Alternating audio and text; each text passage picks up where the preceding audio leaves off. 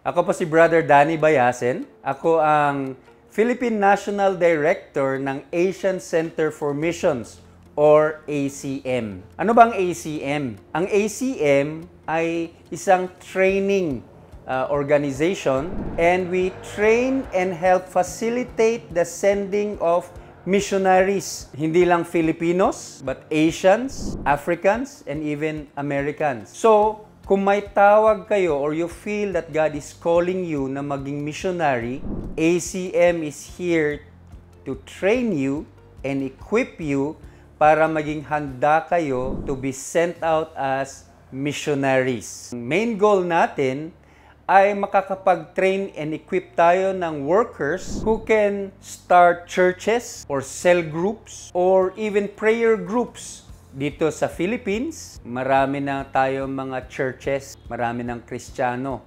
We are actually the only Christian nation dito sa Asia.